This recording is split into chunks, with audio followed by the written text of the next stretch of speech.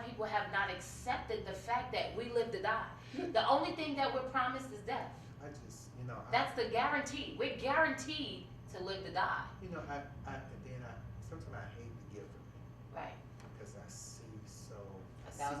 I see more than what you're telling me. 1,000%. And I thought, honey, you don't get out of my face. Child, you think you mess. I have never seen so, and Lord forgive me, I'm not saying I'm 100 perfect. I've never seen so many people that are just plastic and change it to a chameleon. And they normalize it. To get what they want. I've never seen just all out there. Whatever it takes. It's normal. I have met some people just whatever it takes. If this, no matter how immoral it is, I can name some people. No matter how immoral it is, if this is what I got to do to get what I want, to make me feel good about me, then so I'm talking in church. So be it. And that I said. There's no pride. There's no respect. There's no dignity. Okay, so you said the problem with the church, their mantle has fallen in the hands of the wrong people. What do you mean by that? I've kind of retracted myself from the ministry for I think I asked God to let me lean back a while.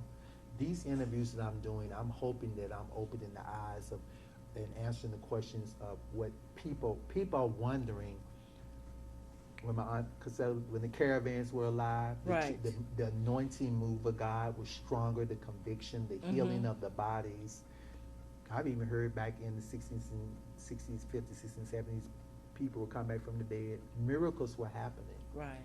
What has happened is that our ancestors, people have scooped up the mantle that are carnal.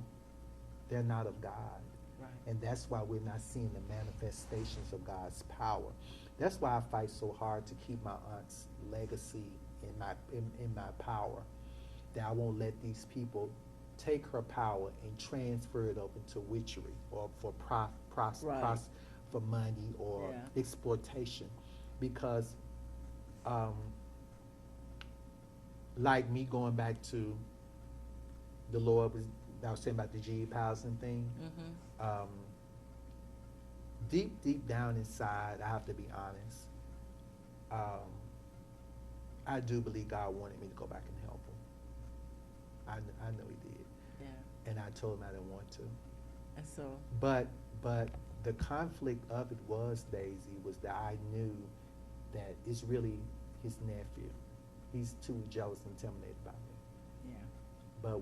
But G gave him the mantle. There's nothing I can do. So and he's not Lerone Baker. I said that with an insurance. I'm already know that. Right. You know, he can't touch me. Cause see, I'll shred him up. I don't care. I mean, I'm a different Daisy. Look, I'm not trying to be nasty.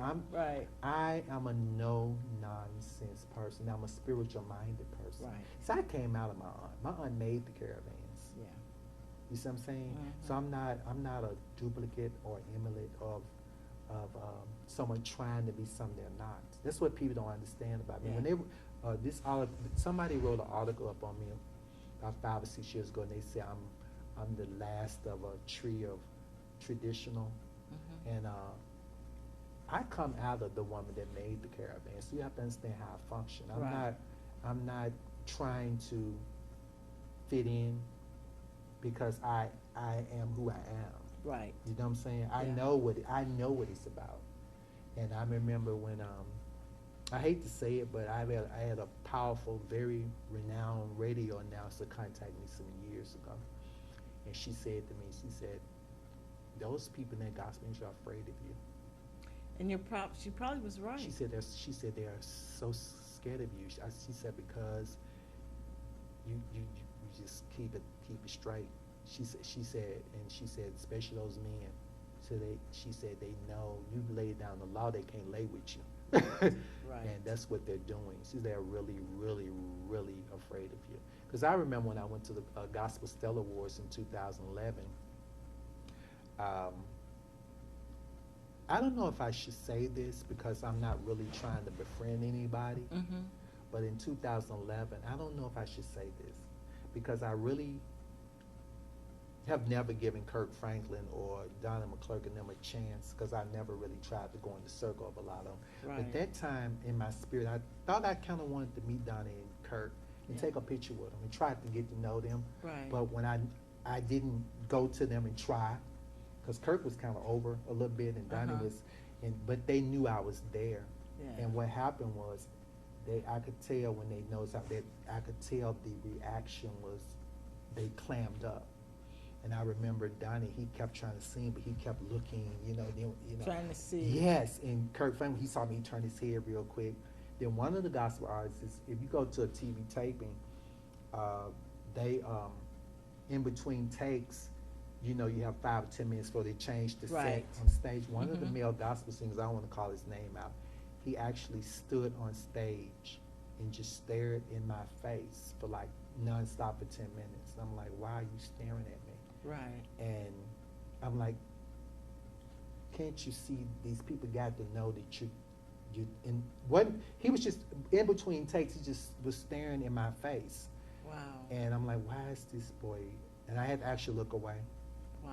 Because I'm like, why are you? It was like they were almost like, my God, is this really who we think And it then is. CeCe Winans and Vickie Winans, they looked at me and was smiling, and I don't know if they were making fun of me or they were just smiling, looking at me and laughing and giggling. And then this other comedian guy went backstage, and when he came out, he just stared.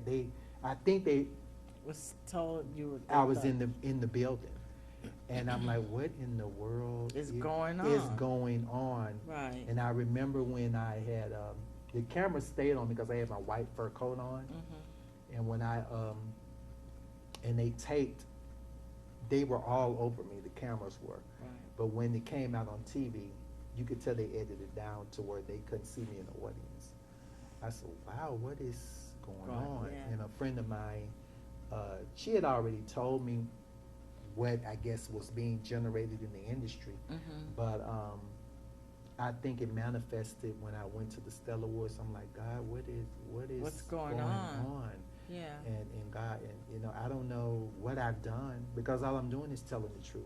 Right. Everything I'm saying, I don't feel left out. I think I feel like, well, I'm telling the truth. It is. Yeah, because I don't know. I don't think there's anything I can do to fix it, because I don't think I've broken anything. Right. I think that I think I'm doing something that a lot of people know that's going on, but they won't do. And I think that's why they're climbing up. You know what I'm saying? I'm only saying what I think I know. I don't know what it is. Right. But I'm telling you what I've experienced. Wow. Yeah.